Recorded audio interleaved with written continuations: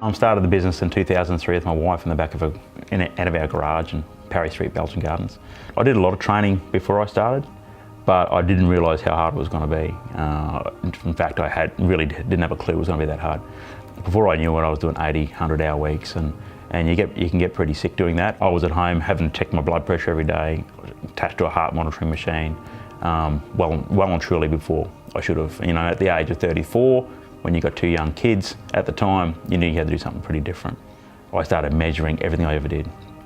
I measured how many hours it took to do a job, but more importantly, I measured how much profit I made to do a job.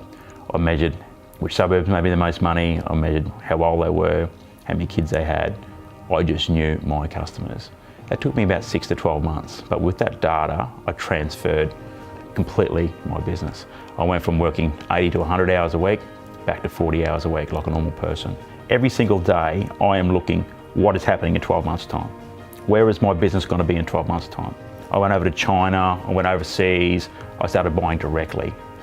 You know, I always laugh about it and how risky it was today, but I had to sell a house to buy my first container of solar panels. Something you don't want to put in your business plan, but I knew that I had to do that for me to get buying power.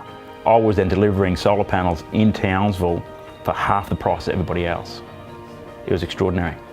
So you've got to be continuously looking for ways to make a business resilient, continuously looking at your competitors and continuously looking for ways that you're going to be in front of your competitors. Look, you're going to make a lot of mistakes.